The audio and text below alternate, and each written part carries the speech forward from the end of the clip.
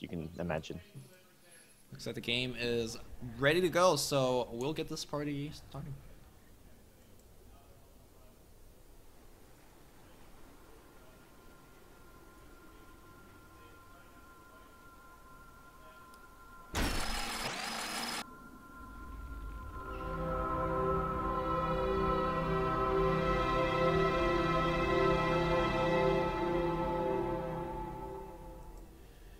Ladies and gentlemen, welcome back to the GMPGL broadcast done by Beyond the Summit 2. I am Luminous, joined by Gods, and this is game number 2 between Orange eSports versus MUFC. Orange up 1 game so far in this best of 3 series, and they need 1 more to seal the deal.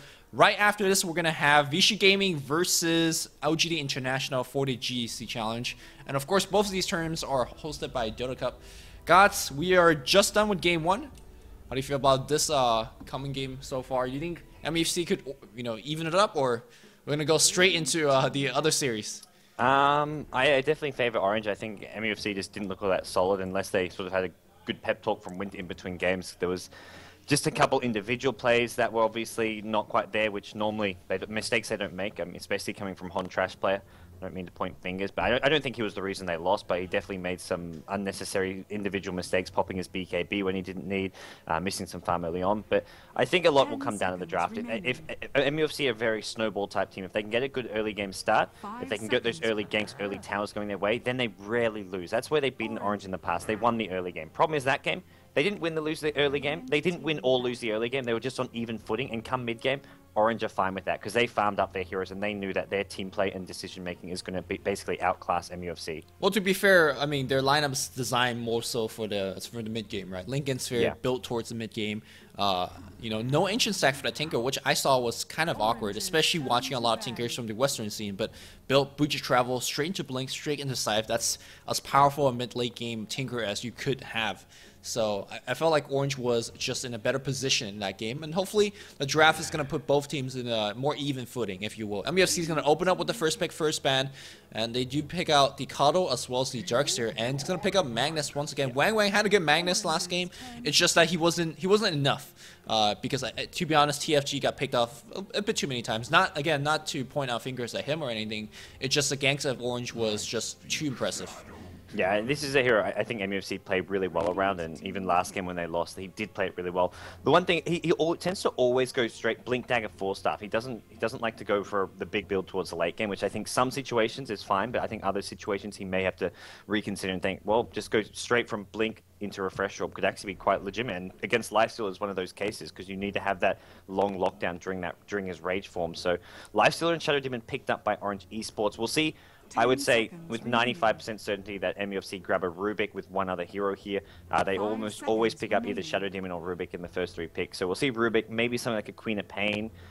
Maybe just something, maybe they get one of their carries, grab a Luna again, but it'll be interesting to see what they look to get with these 2 picks. Yeah, I think Rubik has to be the pickup here. Not only is it a great support, you don't want to give away Rubik to the team that you're playing against, especially when you have Magnus. We saw the Magnus versus Rubik interaction last game, and Rubik was landing some decent RPs, simply because he could easily seal it, and you don't want to dodge around Rubik in a team fight, so he just walks in and RPs you. So. With that said, Winter, I haven't seen him play Rubik too much. Is he the Rubik player for the team, or do they kind of swing it back and forth? Generally Winter. I mean, I think Rubik will be played as their main support unless they'll get something like a Rubik Lena, but they're not going to have like another 5-position support here. So I think it'll be Winter playing the Rubik, and then either TFG or FC. They sort of switch around who's playing the other support and who's playing the souls. It depends a lot on what they pick. They're actually a team who don't have sort of set roles, set lanes. They have Wang Wang who plays the mag, but sometimes even Wang Wang will play that support depending on what heroes they have. TFG, known for his hero playing like Queen of Pain and Puck, sort of his 2 famous solo mid heroes, but last game he was playing the offlane Nature's Prophet. FC, he's the one who plays the Templar Assassin when they pick that to the mid lane. And they're going to get Templar Assassin, yeah. So it's, yeah, FC probably playing that in the mid lane, which puts Mag, I guess, in the off lane for Wang Wang.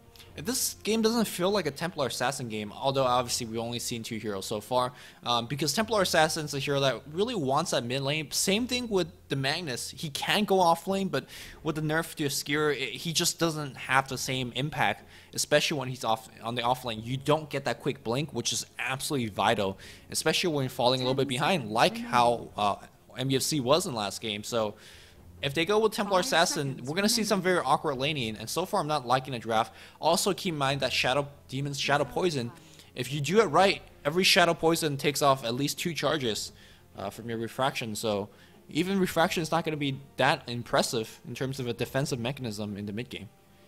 Yeah, forcing Mag to the offlane early on is something which RNG Esports will look at and say, hey, great, we can look to punish that. We can try to find ways to play around it. They can send a hero to basically dominate a 1v1 matchup and go offensive trailing with the Lifestealer. Or I think the easier option is just send Lifestealer there with 1 support. You only need the Shadow Demon to zone out the Magnus. They can pick up basically something to go in the jungle that can be greedy, whether it's a Chen or an Enigma. Shadow Demon alone can zone out the Mag, and then they just need a strong offlaner, a strong solo mid for a higher. If they want to grab something like the Tinker here again, I have a feeling they need to pick it up now. Otherwise, it most likely gets banned out if they haven't picked up a solo mid. And Tinker will actually do fine against Templar Assassin. I mean, sure, Refraction is going to be fairly annoying to deny your creeps, but on the same token, Marcher Machine is going to be very annoying for Templar Assassin as well.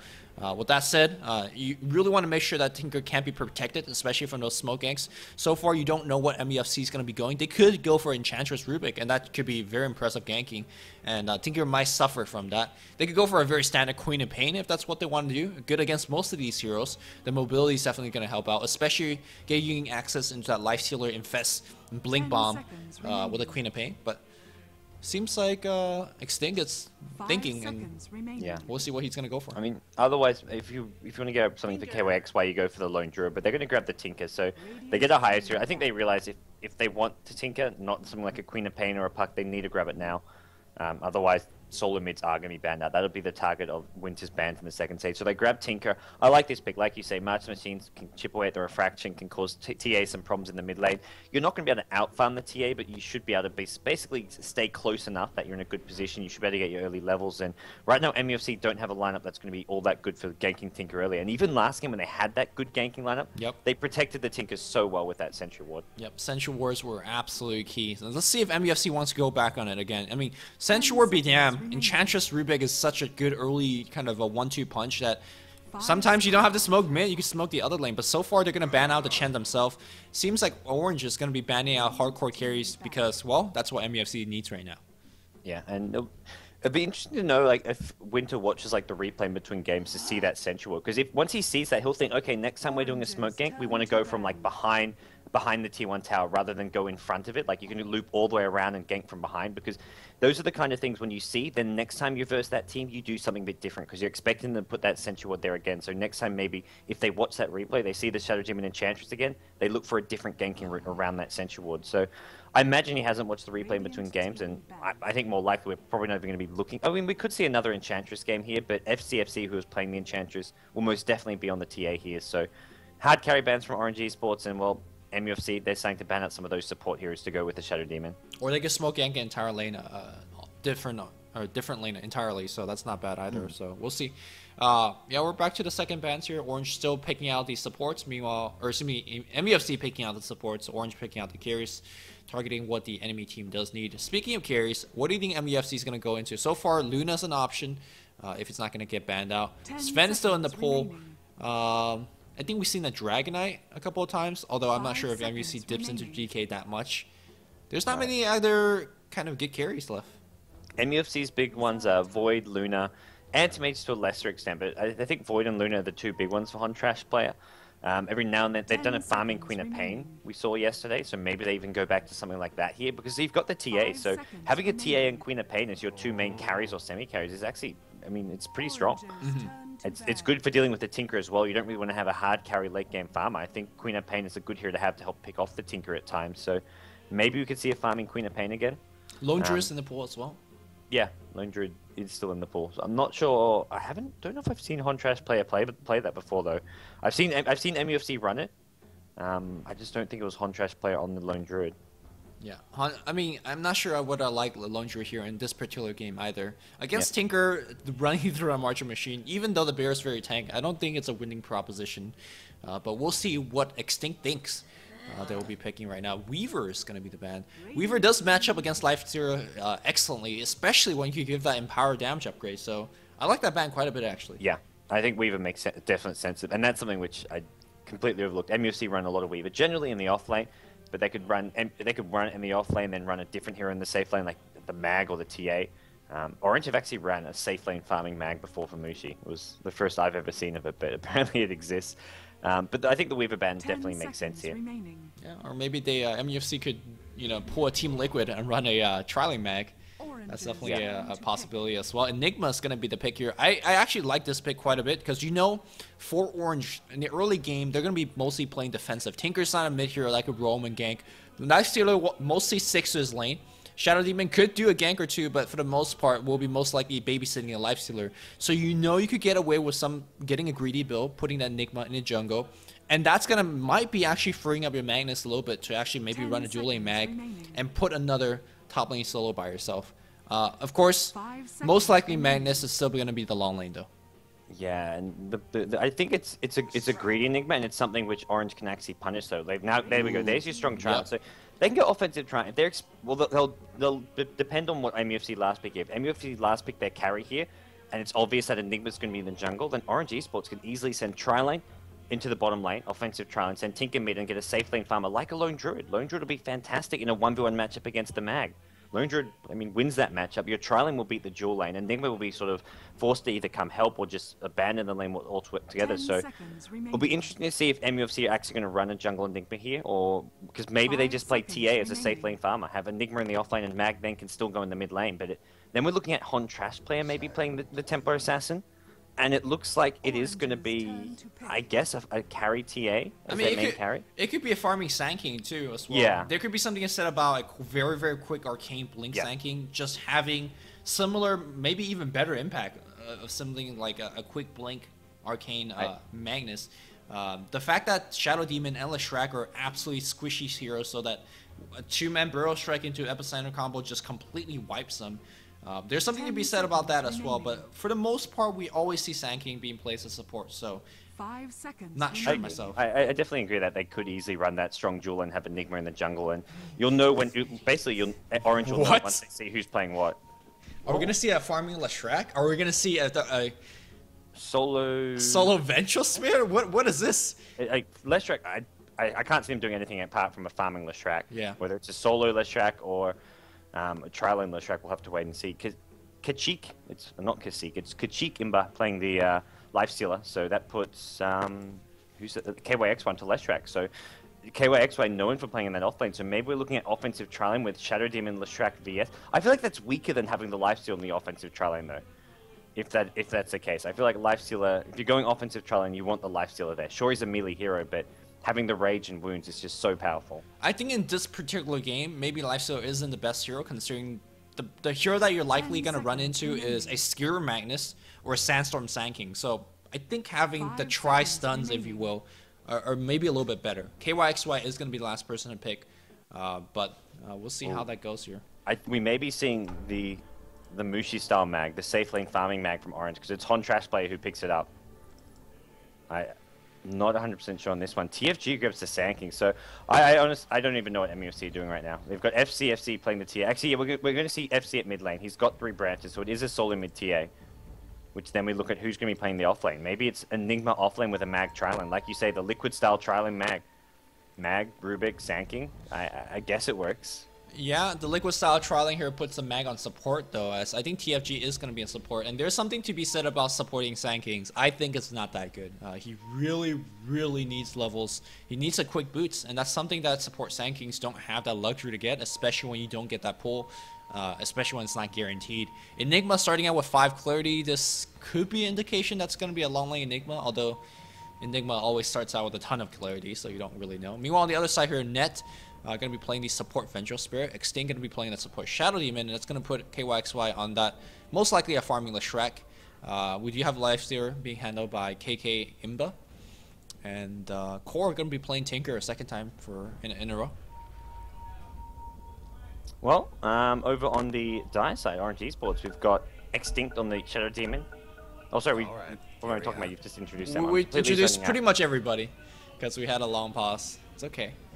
I'm zoning out, Lumi. Forgive me. Ooh, Sanking picks up a Crawling Blade, so it is going to be a farming Sanking. I love a farming Sanking, because unless Jungle Enigma, I guess? No? Offlane Enigma? I don't even know what they're trying to do here.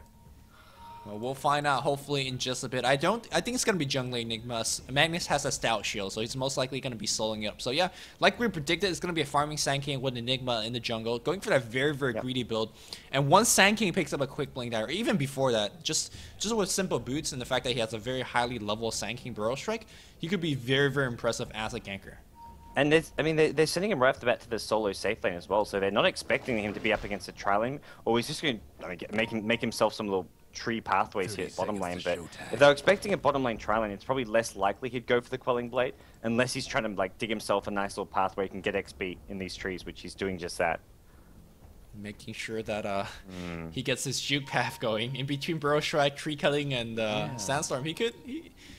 This is very reminiscent of those pub games where there's 3 heroes standing mid, all going solo mid. Yeah.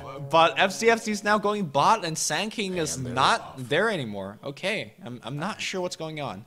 I think MUFC decided to switch up some of these lanes. Wang Wang used some add-ons. He's going to the jungle, so we'll see Wang Wang in the jungle. It looks like Hon Trash Player will be playing mid lane Mag.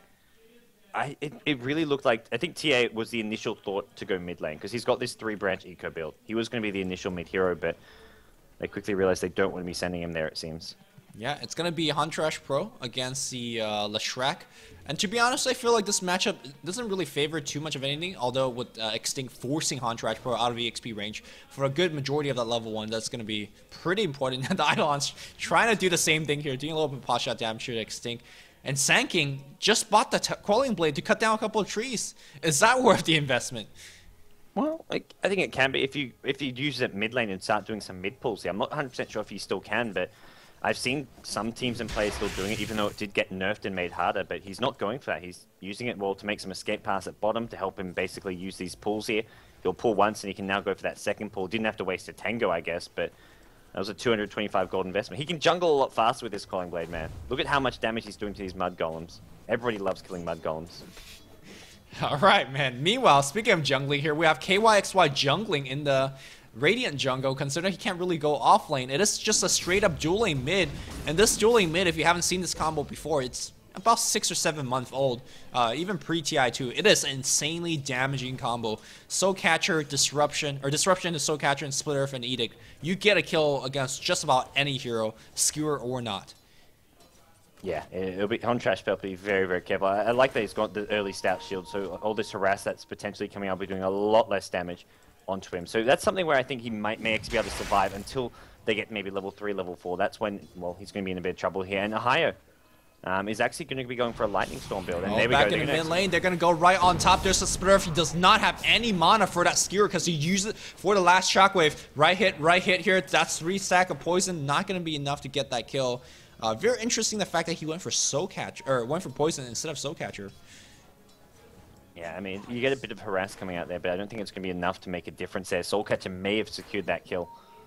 Meanwhile, bottom lane TFG has found him. Oh no, he actually smoked up. Didn't get an invis ring. He smoked up. I think Rubik got revealed a bit there. As Net at top lane, he actually de-warded the top lane Observer Ward. So MUFC playing a bit more blind now without that River Ward at top lane, but they've still got one near bottom. And because of that sentry, he has to run past it, and that's going to limit his gank up to the top lane with a level 1 Burrow Strike without boots. What is he actually going to do? I think he's going to try to hide in a tree somewhere and get EXP, but he's going to be right there just in time. But look at KKY. He's basically playing with this equilibrium such that it will never push us towards the tower. So I feel like the Sand King is not going to get anything done on the top lane. Yeah, it's still level 2. I guess he can try and send Sandstorm for a bit. There's nothing really to get him out of it. But March the Machines level 1 only. But this is not going to be all that easy for him to stay top lane. Lifesteal of VS. If we just need a Sentry Ward is there. So Net has a Sentry Ward, and they'll be able to basically zone him out of this lane. He shouldn't be able to get too much XP. Meanwhile, here back in the mid lane here, Winter basically sitting here just to make sure that Huntrash Prelator doesn't die. He's complete out of regen. Winter is going to pass a couple of those Clarities and Tango. But for the most part, I mean, KYXY is not farming fast by any means, but the way that he's starting his build, starting with just 3 GG branches, makes me think he just want to straight up rush 2500 or 2450 for that Breach of Travel. And once I think he might rush a Soul Ring. Soul Ring first. Fair. I think you want the Soul... I mean, basically, the idea is you need to basically get the most efficient farming items. And going Soul Ring before the Boots of Travel, you'll be farming a lot faster than going Boots of Travel, then Soul Ring. Is that really the case? Have you worked out the math, or? No, I don't know. I'm not 100% sure, but without the soaring, you have to go back to base to get mana more often, I can only imagine. True, and that's definitely a lot more time inefficient than you might imagine. Yeah. And I mean, he's spent all this. Right now, he's still level 1, 2, 3 minutes in the game, but he's got all these stacks going. He's stacked up one of the medium camps. He's got this big stack here, so he'll quickly get level 3. And once he's got that level 2, level 3 match, his jungling just gets exponentially faster. This is something I haven't considered before, but Vengeful Spirit's Terror actually helps your Marching Machine damage output, as they do composite damage, I believe. No, never mind. I take that back. It's magical. I would have believed it. I mean, it's mechanical thingers on the ground. I thought that was like, oh, physical. Though that never makes realistic sense. Calling out Ice Rock right now, but. FC and Kachik bragging about their CS. I need some rock paper scissors right now. We got to get our stats going. Yeah, that was a lot more fun.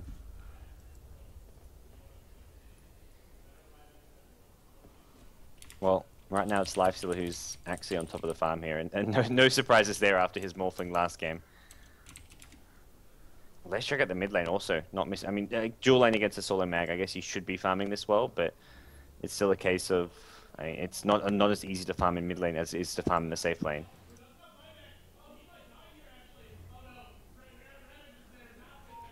I'm getting so distracted by LD as he's casting in the next room, but the walls here are paper thin. It feels like.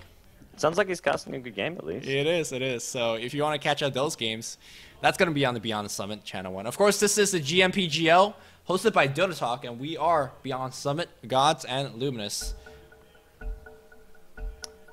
All right. That's right. It looks like we are going to get things underway as the pause coming out now. Both the two teams ready. We've still got KYXY, well, farming up a giant jungle stack here. Triple stack of big creeps. That'll give him some nice juicy gold here. Quick level 3 as well. And he also shares it with Net. So Net, no Wave of Terror. Although, as you mentioned, it probably won't stack with the Marching Machine damage. So I think for Orange, this lane, this is really about laning stage for them. They're winning 2 lanes right now. And, well, they've got a jungler basically a jungler and the Tinker. So they've actually got 2 dual lanes and a jungler.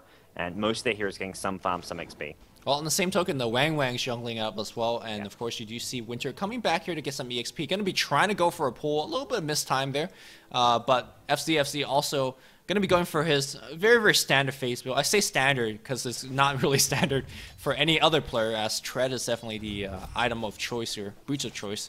But he really likes his mobility. He likes to go for that Yasha afterwards as well. Teleport Scroll very early being picked up, but once he hits level 6, he could be a very, very insane ganker. You know, bottle or not, just TP in the lane and start doing damage. Yeah, no, I definitely agree here. Another pause coming. Look at Tinker. Oh, he's actually, well, Tinker taking a lot of damage. He could probably just die right there. Yeah, if that pause doesn't come in, he would be down to about 50 or so HP. Those skeletons, man, those things hit so hard. They actually do. They hit just as hard as a lane creep, if you want to put it in perspective. Yeah, it's one of those things that, like, as an Enigma or something, when you're jungling and you get that camp, you're just like, holy crap, let's make sure it doesn't summon any skeletons, or you're screwed. I think there is one sweet spot where you could pull them just like distant away from the camp, and you convert, and then it won't summon. But haven't figured out exactly to make it work 100%. It's only your hero who triggers him to summon the skeletons. Is like your Eidolons. If your Eidolons are attacking him, because he doesn't summon them until you attack the actual. Oh, is that how it works? Yeah. Well, at least that's how I see it. Like if you're going to jungle, if you kill the small one and then go on to kill the other small one, he doesn't summon the skeleton. No, it's okay. No, never mind. I take that back. It's when your hero gets like close enough. Because if you're a 600 range hero, he won't summon skeletons. It's only if you get like within 400 range of him where he summons the skeletons. So I think if you cast the Eidolons from far enough away, he won't do it. That sounds like some voodoo magic that I will test and make sure. I'm not sure the exact range and coding of it, but it's definitely a case where he only actually uses them at a certain range and proximity. Net at top lane almost goes down to the big stack here. Yeah, and he took that big Dark Troll Warlord. It's gonna be bottle crawling on KYXY, so no soul ring. Not bad. Also TFG, he's using that Quelling Blade to do some sick EXP sapping, but he's seen. Now level 1 Burrow Strike could get him out of it, but he's gonna. The thing I hate about level 1 Burrow Strike is that the path of it is so awkward that it makes you run back and forth, but he's absolutely fine as he's cutting deeper and deeper into the trees, but he's not getting any EXP. Yeah. What's he actually doing here? He may as well TP now, or he needs to TP or try to find. I guess he can just walk out, which is what he's going to do. But this is he's waited so long that these supports can come in and maybe look to try to pick him off.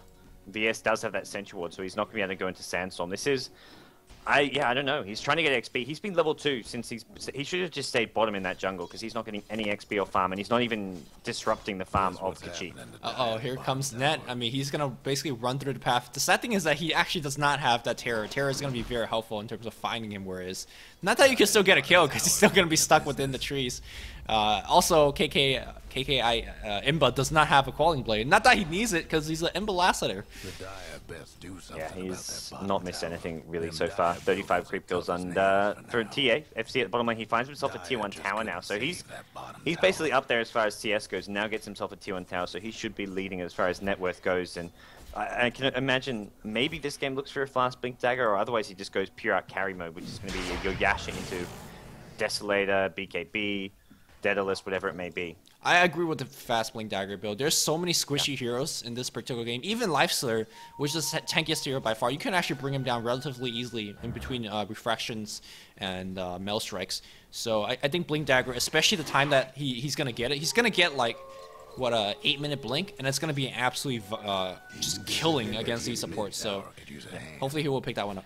Well, Sand he finally decides to TP out the trees. He TPs to his tier 1, finds an Invis rune actually, so denies that from Orange Esports. And he's just going to scout some things out here at the mid lane. Sees Leshrac, sees Shadow Demon. And, well, MUFC, I don't think they can really make a whole much happen. Contrast play is level 6 here, but with a level 1 Burrow Strike, I just don't feel there's going to be enough damage. Maybe with a Shockwave spam to start getting Leshrac nice and low. Well, Magnus does have that skewer into RP, so they can actually chain stun him pretty decently. The problem is, Extinct has that defensive disruption, and you have to hit both with the Burrow Strike. If you hit both with a Burrow Strike to initiate, then you can get at least 1 kill, maybe 2 kills. Well, looks like FC is gonna come right here as well. The Courier Flyby, that's gonna be delivering a bottle.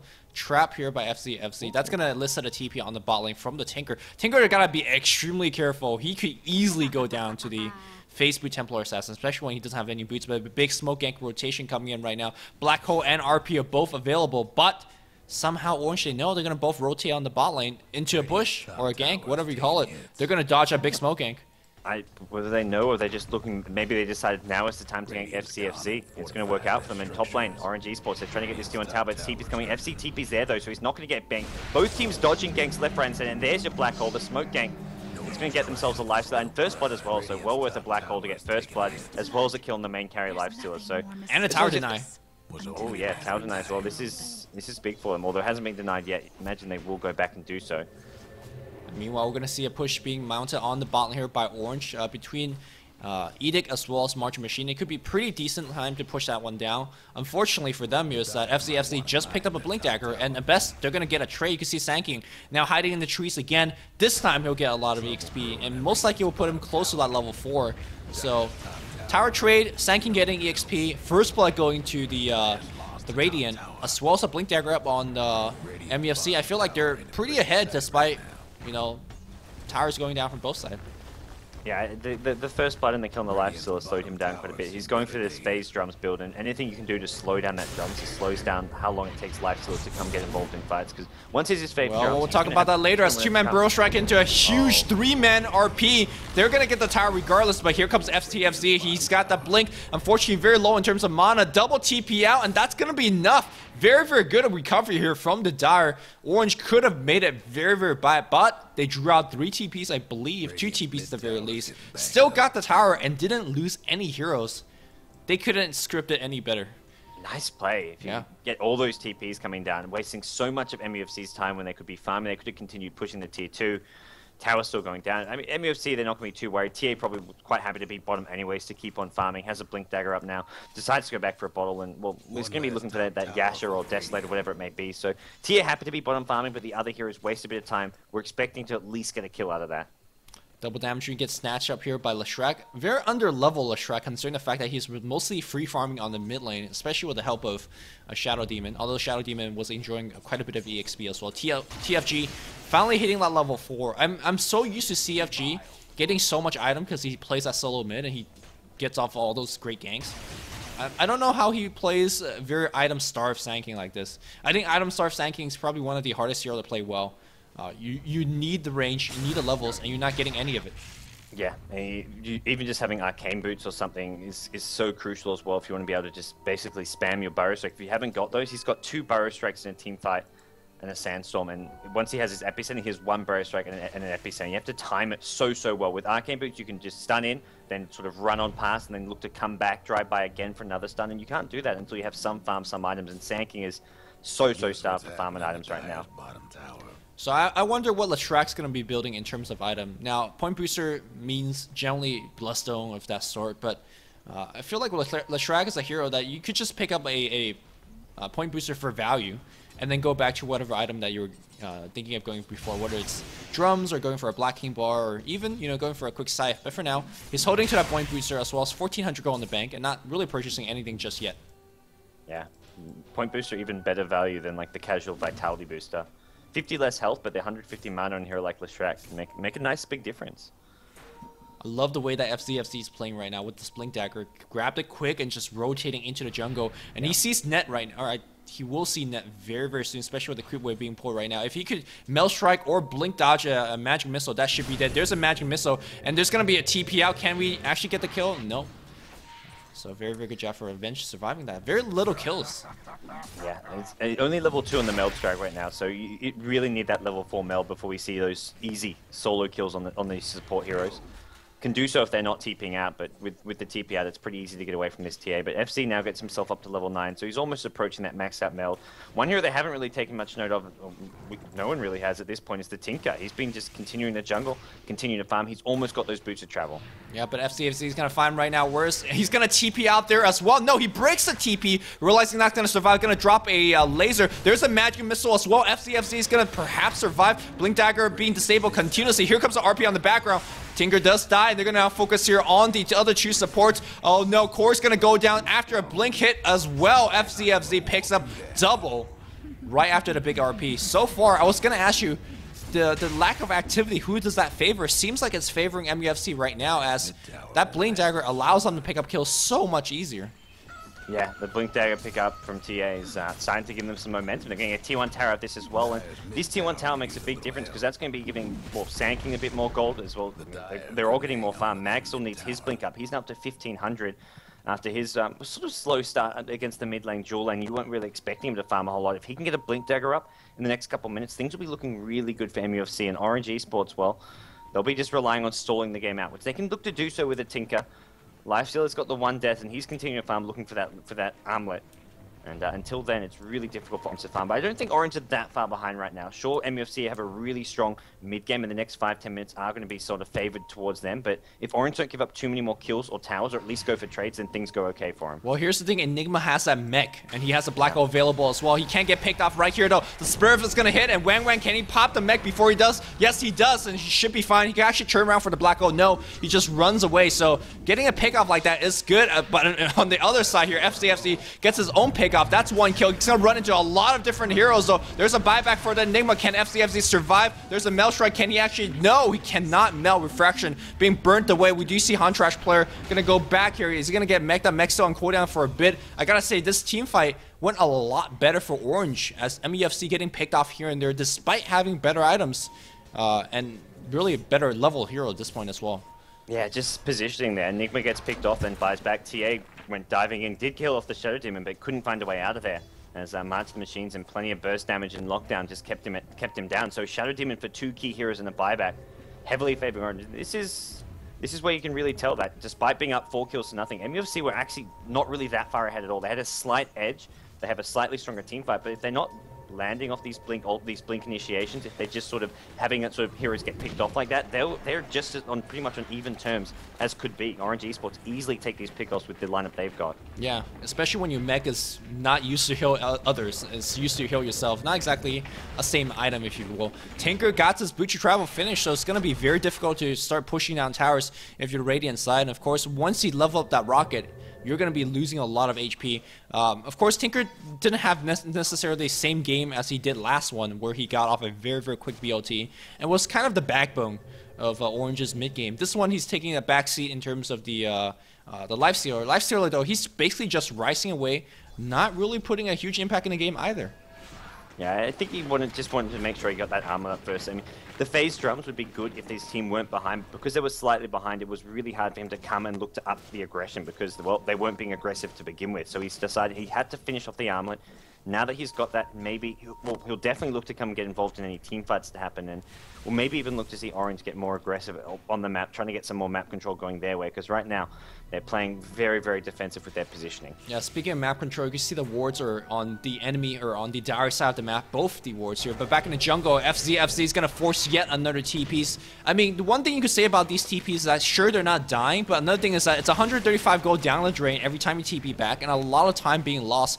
FZ says, alright, I don't get a kill, but I'll farm in jungle, so he's happy regardless. And I think eventually he's basically starving the Dire's goal, and looks like the Dire says, alright, we can't farm in jungle, let's try to set up a gank. Trash Pro seems like he knows it's coming. He's got the skewer out, and he's got his blink in about 100 gold. He's going to make it out alive. How do these players know that these smoke ganks are coming? Did they smoke a part on top of a trap? I think they might have, because there's a whole bunch of traps on the enemy sides of the map as well. Yeah, it must have been a trap or something. I didn't quite see that one, or just some very, very clever map awareness. With all the heroes missing, sometimes you do expect things like that. Orange, well, they've still got KOX smoked up in the mid lane. He's going to look to push things out with his Marks and Machines. He's still only level 7, so despite having his Boots of Travel soaring, I feel he is slightly under-leveled right now. Hits level 8 now, but defending without the maxed out rock, well, even just team fighting without maxed out heat-seeking missiles is a lot more difficult for Orange, because it's a major source of reliable DPS coming out from them. So Booster being picked up here on Leshrac. Do you think this is a game for Bloodstone? I don't feel like it is a Bloodstone game. It's not a bad item per se, but yeah, I just don't like the item overall too much, to be honest. It definitely feels like a game he's going to need a BKB in. It's just, I guess he's confident they can get his Bloodstone and get his BKB maybe afterwards.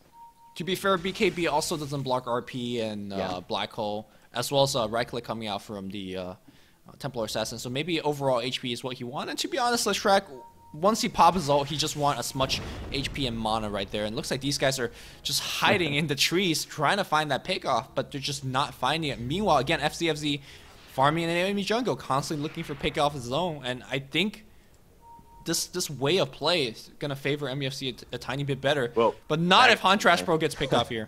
Yeah, he's got his blink up. They needed to start off with some damage here. Leshrac could lead with the stun. They're so patient. Disruption, can he blink after disruption? We're going to find out. Leshrac's stun. Oh, not if you Q a little bit too slowly. He had time to walk away, and during that time, he could have blinked away, in my opinion. Yeah, he didn't take any. They needed to be. I thought they would lead with a Leshrac stun just to make sure he didn't blink out after the disruption, but they get the kill anyway, so things work out for Orange eSports. They find the pick off. FCFC at the top lane decides to just go for a bit of a counter push here. They can't really look to gank off Lifestealer with Rage. Armlet is just too damn tanky, unlike the Mag, who's a much easier, well, slightly easier to kill target. Yeah, they tried, but he Raged and Armlet toggled and just easily went off. And again, they're fine. They don't need to necessarily find those kills. They're getting some EXP on the Rubik as well. Rubik grabs the Rage. I feel like, again, this is going to give time for the Sand King to catch up, but on the flip side, Lifestealer is starting to get a little bit scary. He's going to pick up a Desolator from the looks of it. Tinker's going to, once he finds his Blink Dagger, you're never killing this hero again. Yeah, it's really elusive at that point in the game. Still only level 8 here, but with this Ancient stack here, he's going to get himself up to at least level 9, probably start getting close to that level 10 mark, which is where Orange can start having a much more powerful team fight.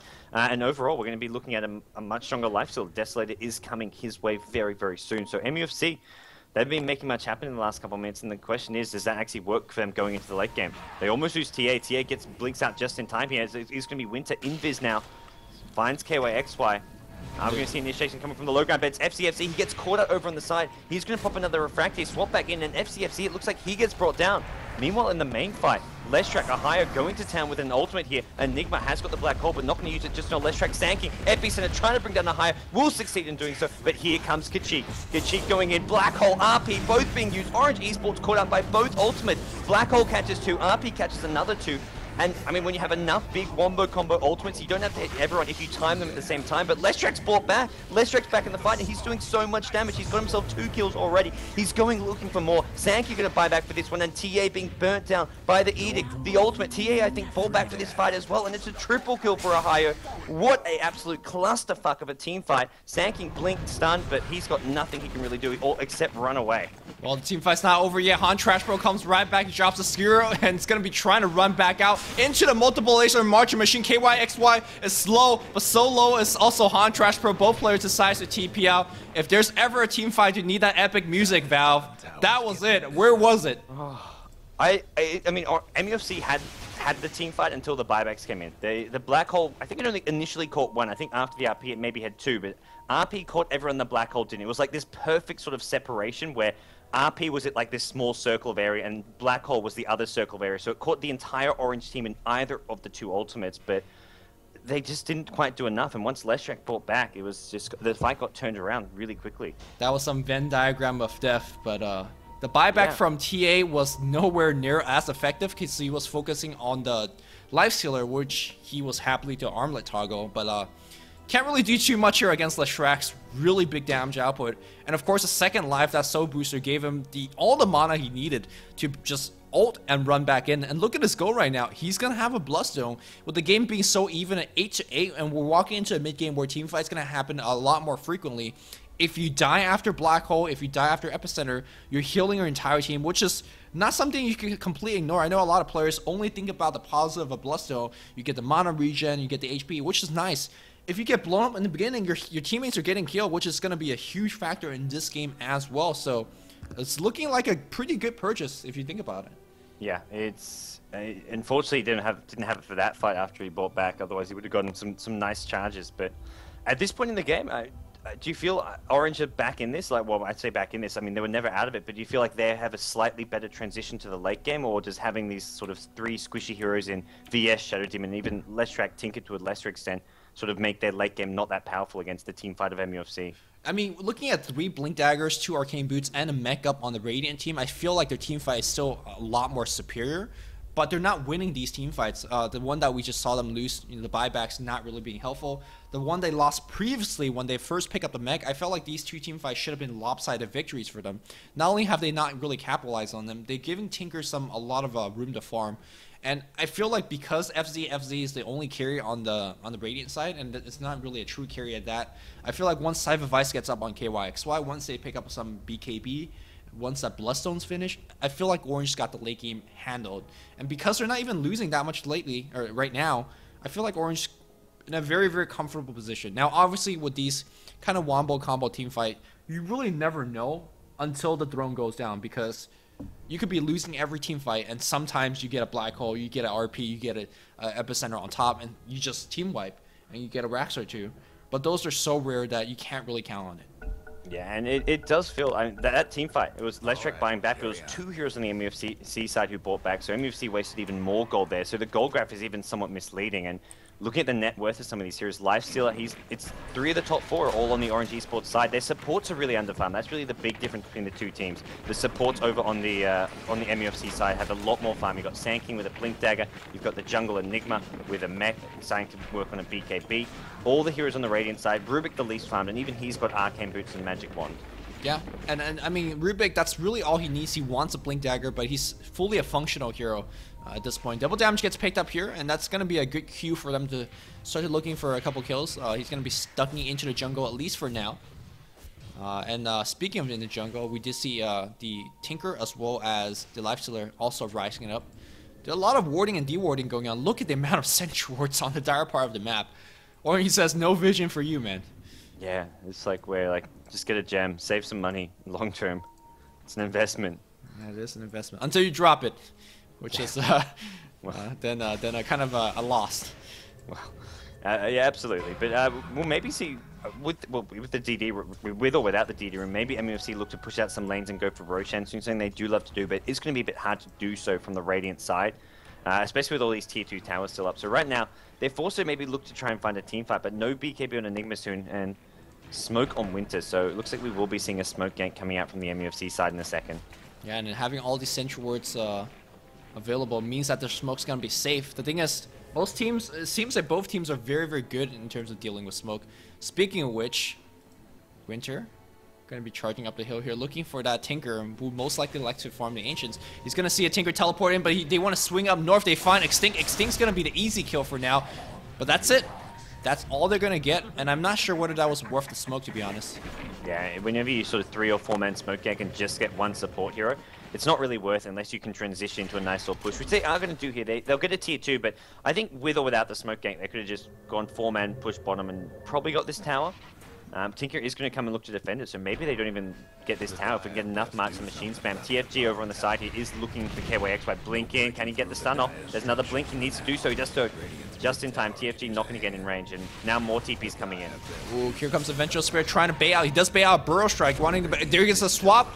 No Sandstorm dodge. It wasn't a cooldown or anything. TFG making a misplay, which will it cost him? He's going to get open wounds. He's going to go down. Tower's going to get defended. I don't think he could dodge it. He was actually in tower range. I see. Anyway. I see. He got swapped into tower range. So very, very good play here by Net. And meanwhile here, we do have Hantrash player still farming it up. Now, I think he really needs to pick up a damaging item. I talked about how FCFC was the only kind of the true semi-carry of the team. If he picks up enough item, he could be the other semi-carry as well. Nice split turf dodge here with the Splink Dagger. Speaking of semi-carries, Leshrac making himself fully capable of semi-carrying up as well, especially if he goes for, let's say, a BKB or another big intelligence items. Yeah, this track is, I mean, looking pretty big and beefy right now. Even just going for an Ag Scepter to get yourself some more stats. Sure, yeah. I think more likely we do see that BKB. Sure, you've got the ultimates that go through it, but Sand King, Epicenter, Burrow Strikes, Enigma, Malefice, Shockwave, Telekinesis, every single hero has something that you kind of want to be dodging here. But right now, Orange Esports, I think they're actually really back in a great position now. They are looking to poke around in the Roshan pit. They do get discovered, and I think they quickly realize they're not killing it anywhere near fast enough. Lifesteal not really an ideal hero for actually taking down Roshan. Yeah, Vengeful Spirit also out of mana, so he got it back off. Speaking of Vengeful Spirit, look at the skill build here, maxing on the aura just for the damage output, which is something odd considering the fact that you're only really boosting the lifestealer. Everybody else on the team is not really dependent on physical damage. So I personally would have preferred, especially the fact that you only have lifestealer that you're boosting up, would have preferred the max magic missile build, as it does do quite a bit of damage, but seems like he's comfortable with this max aura build. Yep. Yeah, no, definitely agree. It is somewhat interesting coming out of Net. He's been involved in what, only 4 of the 9 kills. So I think he's just finding it hard to get those pickoffs regardless. Like we saw one at bottom lane, but regardless of the build he's going, it's not going to be something that complements his team all that much. He's sort of done his job for the most part, zoning out at the top lane. Oh, bottom lane, Winter. He's in Visionary. He's stolen a Lightning Storm, so nothing too big. And that's another thing. There's not a whole lot of spells for Rubik to be stealing this game. This Rubik picked MUFC. I mean, it's a solid support in its own merit. You've got Telekinesis, one of the best instant disables in the game, but actually getting Rubik spell still coming into play, there's not a whole lot to steal. Yeah, I guess if you could get a swap, that would be pretty good, or a disruption or a purge, but for now, FCFC is going to run into a lot of heroes. Nice Melt Strike dodge, but there's a dust right there, and that's one of the best way to deal with that refraction is that ultimate from Leshrac. They do bring him down, but looks like Aegis was taken and used by the Lifestealer. Can they actually turn this around? Blink Daggers up on Hantrash player. He will skewer upwards and probably blink away soon after. No, he's going to TP back out as we see Wang Wang's also on the run. He doesn't have a teleport scroll. He's going to be in big trouble. Where's the Rage? No, Rage is on CD. And now, oh, he does get off the open wounds, and here comes KYXY to slow him down. Wang Wang's on the run. There's a mech up. Wang Wang not going to survive that aura, doing a lot of work there for the Lifestealer, so very nicely done. One thing to also talk about the Vengeful Spirit aura is that she was jungling a lot, and, you know, the aura certainly helps in that. Yeah. No, absolutely. That fight, Mag actually used RP on the Lifestealer. That's how they got rid of the Aegis the first time. He tried to use the RP to sort of prevent him getting Roshan, maybe look for a bit of an Aegis steal, but it was just a little bit too late. And then, well, they kill him off once, but he had the Aegis there, so it's another one fight going with Orange Esports. Sure, they burn the Aegis, but that's what the Aegis is there for. Even if you use it right away to win one team fight with it, sure, it makes pushing now harder, but I think Orange Esports is happy to get a bit further and further ahead, get themselves a bit more farm. I'm just so kind of baffled about how these team fights are being lost on MUFC. They have one of the best team fight lineup that you could possibly draft, multiple Blink Daggers up on their big AoE heroes. And of course, FCFC's going for those single target kills. Unfortunately, it's always somebody being caught out in the beginning, whether it's Hantrash player, whether it's FCFC running into any team by himself. And suddenly, when you lose one or two heroes, the rest of the team just have to back off. What does Black Hole do for you when your Templar Assassin is dead? Black Hole's meant to set up the other spells. And I feel like MUFC is kind of just dropping the ball here and there. Yeah, these last couple of fights of theirs, if they had these next level of items up, they'd be looking a lot better. They need the BKB on Enigma, the BKB on TA, but they're just not there yet, and they're fighting without these, and Orange Esports are just punishing for them. And the way the MUFC are fighting is they're split up, TA's getting burst down every time by Leshrac, and here we go, more pickups going their way. FCFC, once again, Leshrac with all the AoE damage over time you can hope for to burst down a TA, and they didn't even need the dust there. Dust as well as Sentry both being used, but the Leshrac Edict as well as Pulse Nova was always going to finish off the job. Let's see if they can want to turn this one around. They have all those Wombo combo. And sometimes Midnight Pulse on top of all those AoE damage is really all you need, but they gotta back off, and their HP is slowly being whittled down by those rocket lasers from afar. They do know TFG. But do they know TFG is there? No, TFG is kind of far away from the fight though. Uh-oh, Ventral Spirit getting near his position. A single terror could bring him out of position. Just forgoing all points into Magic Missile by now. Just taking all of his, you know, really, really cheap spells. Wave of Terror, Aura passive. Very awkward build. That stun eats up too much mana at level 3 apparently. That extra 10 mana. he's done some secret Asian math and discovered that level 2 is the ideal mana cost and cooldown and damage duration, etc. I guess, I mean, to be fair, he's not expected to do the damage. Between Life Stealer, the Tinker, as well as Leshrac, all he really needs to do is make sure that he survives, and he provides those passive slash minus armor stuff, and he should be fine. Yeah, it is slightly longer stun duration, but I feel like the difference between each level, it's just not really, doesn't really force you into leveling up. It's kind of like a DK stun. You just max it last because that's 0.25 seconds. This is 0.1 second for every, sorry, yeah, 0.1 second for every extra level you get. Yeah, it's definitely not exactly the best scaling spell, if you will. The good old days where all those Chinese pros kept their Magic Missile level 1 because it was full 2-second stuns. Those were the days. I'm surprised it doesn't scale better. I feel like VS would be picked off.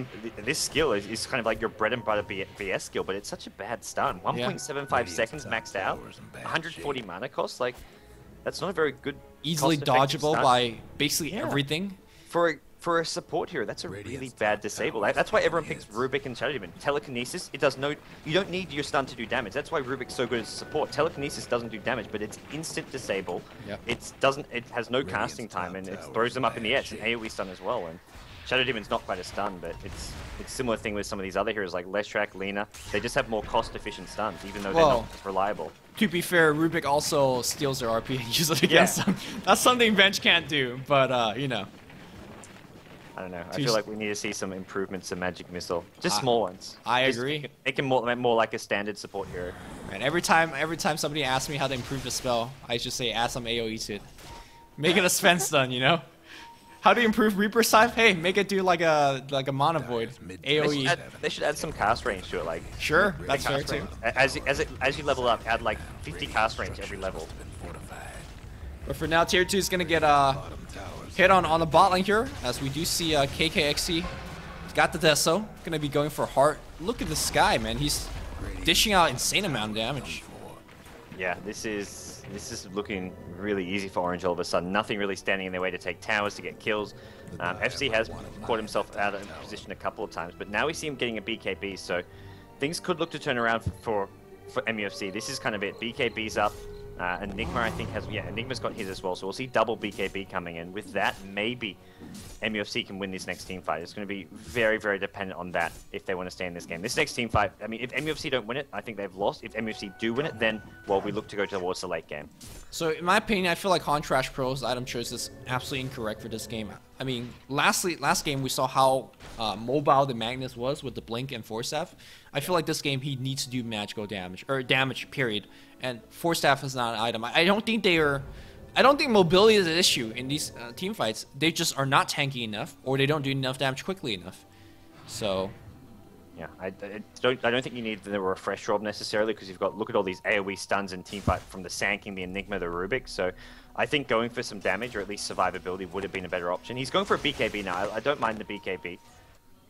But we'll have to see what he can do with this, because right now MUFC, they're going to find another tier 2 tower under siege at top lane perhaps. And BKB up very soon on the higher. He's just 50 gold away. This could be a pretty good team fight. They want to smoke up and perhaps wrap around to do a gank like that, but the other team completely expecting that. They're going to give up this push.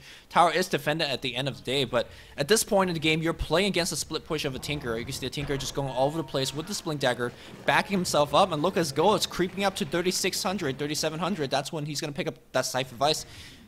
Big smoke coming up on top here. They want to go for a pickoff, and those Blink Daggers are going to be so good at finding, lagging by heroes. No trap being used to scout out forward or to pop off a slow or something. They know, oh, they see the poison, so they know Extinct's forward here. They want Extinct. They see the Vengeful Spirit. There's a swap, offensive disruption here. Burrow Shark's going to go on Extinct. They're going to pick off that 1 kill. Maybe not even that 1 kill, but here comes the return kill. Huge RP, only going to be on 1. Where's the Black Hole? Everybody walk into a Black Hole. Black Hole, that's going to be only on 1. Looks like the Leshrac walks back into Black Hole. Vengeful Spirit's dead. That's a lot of aura being lost. Going to focus on Core, but the BKB keeping him alive. Huge damage out here from the Leshrac. The burst damage of that Edict, as well as the Pulse Nova, just absolutely insane. The Lifesteal comes in right now. They find Wang Wang. Wang Wang is a person that doesn't have the blink. He's going to get picked off as well. And MUFC loses yet another team fight. Tinker wasn't even there, I think. Yeah, he must have showed up a bit later, but I think he was a bit late TPing in. And Leshrex's BKB arrived before that fight began, which was a key thing for Orange Esports. And their positioning was just somewhat slightly superior. They were spread out just enough. It wasn't they were close enough packed together that they didn't have anyone getting picked off before the fight began. They were spread out enough that they didn't have multiple heroes caught in any of those ultimates. Only the Enigma Black Hole just caught the Leshrac as a secondary hero, but they only lost one support hero the entire team fight. And I think the big thing there, the Mag RP needed to land. I think there was definitely an opening to catch 2, probably even 3 heroes with it, but he just slightly misplaced it. Yeah, again, another team fight where FCFZ put his body in a very dangerous position, went in, got basically focused, and sure, Black Hole and RP came out, but there was just no damage output, and FCFZ is going to get picked off again, perhaps. He's going to try to survive, but there's the open wound. Can he TP out? He's going to pop his BKB. The Purge was just waiting for him, and he's not going to survive through that as well. I have never seen FCFZ play this poor of a game. Yeah, he's having a struggling game, and Hon Trash Play has also not had a very good series. This MUFC team, this is just not the same team we were watching yesterday when they went up against BG Gaming, and right now they're really struggling. Wang Wang as well. He gets open wounded. Orange decide not to go for that kill as well, but they've got 4 heroes at top. Tinker, well, Leshrac can join them. Leshrac at mid, now has a plate mail as well. We'll be looking for a Shiba's Guard, and it looks like we're seeing a top push. Shot back in, dead Enigma. There's no Black Hole anyways, but he doesn't even want to use that BKB charge. Oh man, that eventual swap into an immediate Hex, or what the other order, so reminiscent of Chinese Dota back in 2010, because that's all we saw, Hex into swap, or swap into immediate Hexes. But Orange Esports is going to clean up a top racks, and with a Heart and Deso and Lifestealer, they don't even have to back off. They could just have Tinker go back, kill some mana, and sustain that push. Yeah, TA is going to be respawning in about 5 seconds time, and they may look to back off because Roshan's just about to respawn. Or they're just going to camp here. They're going to camp here, wait for MUFC to defend and look for a pick off. Blink, cheap, infested Lifestealer, dead on Trash Player. Yep. Sanking's just there watching like he could blink stun, but Lifestealer's raged up and there's nothing he can do. Buyback now from the Mag. They want to try and turn this fight around. Epicenter is going to do absolutely nothing to this Lifestealer. He's got the Heart of Trash. He just tanks it all up, and that Epicenter essentially wastes it at this point. RP coming in, will catch 2. It's not going to be enough though. It looks like Leshrac or Higher just doing too much damage here on the sides. He's going to go high ground. He's looking behind Trash Play. Meanwhile on the low ground it's Lifestealer and Tinker just doing all kinds of work to MUFC. And MUFC, they lose Hon Trash Play. Mag as well as TA now on the sidelines, and it looks like this could be what we need to go for another set of racks. It's possibly just going to be a GG call. MUFC, they are going to be defeated here in our finals of the GMPGL qualifier. Man, a very, very tough win, or tough loss here for the Radiant team. I think there's nothing needs to be said. These team fights, they keep losing it. I think they're just getting outplayed. They have the items, the better mobility items, but they're just getting jumped around all day. FCFZ diving in a little bit too maturely in most of these games, and Orange showing some poise as well. I think the draft, the way they started things off this game was absolutely fine. It was like you say, they just got someone outplayed. They had a solid start. They had this big team fight. They didn't even have to. It wasn't even a case where they had to be hitting big 3-4 man RPs. They could just be looking to do what we saw last game. Just look for the blink skewers on the Mag. Go for a couple blink skewers, get some pick off with that, and then you've got an Epicenter as well as a Black Hole from an Enigma. There's so much team fight here that essentially they could turn their team fight to be used to single pickoffs. Black Hole to kill off one hero, Mag ulti just to kill one hero, and win fights like that, push towers like that. But they just weren't doing it. They just got caught out of position time and time again, and Orange just punished them for all their mistakes. Yep, definitely. And Orange will be your winner of the GMPGL qualifier. But our broadcast of the Beyond the Summit 2 is not done. We're going to have Vichy Gaming versus LGD International for the GESC Challenge. Of course, both of these tournaments sponsored by Dota Talk, so thank you to them. Don't go anywhere. Hosted by Dota Talk, hosted by Gigabyte. Ah, sorry. We just have... I apologize. Of course, semantics right. The dude that's making all the mistake, that is myself, Luminous Inverse. You can follow me everywhere, Twitter or Facebook. Gods is my co-caster, and of course, he is at GGNet Gods on Facebook and Beyond the Summit Gods, or BTS Gods, on Twitter. We are done for now, but very soon we're going to have Beyond the Summit, or not, GGS Challenge coming up towards you guys very, very soon. In 10 minutes time, yeah. So 10 minutes time we'll have that match, and also you can check out over on the Beyond the Summit 1 channel. LD is streaming the G1 League qualifiers, so check that out as well, guys. Thanks for tuning in.